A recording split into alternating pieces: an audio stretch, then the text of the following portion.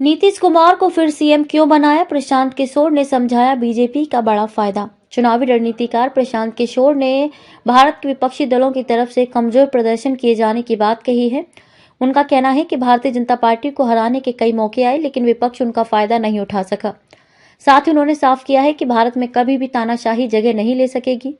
उन्होंने दावा किया है कि भाजपा ने विपक्षी गठबंधन को खत्म करने के लिए नीतीश कुमार के साथ दोबारा हाथ मिलाया है। वहीं एक कार्यक्रम के दौरान किशोर ने ताजा सियासी हालात पर खुलकर बात की। उन्होंने कहा कि भारत में कभी भी सत्ता का ऐसा केंद्रीकरण नहीं देखा है। जब एक पार्टी को इतनी ज्यादा वोट मिलते हैं तो विपक्ष के लिए मुश्किल हो जाती है। हालांकि ऐसा पहली बार नहीं हो रहा है। इंदिरा गांधी के समय में कहा जाता था कि India is Indira, Indira is India. विपक्ष को घेरा। उन्होंने कहा कि विपक्ष के पास कई मौके थे, लेकिन उन्होंने अधिकांश मौके गंवा दिए। उदाहरण के लिए कोविड के दौरान सरकार की रेटिंग सबसे कम थी, लेकिन विपक्ष इसका लाभ नहीं ले सका।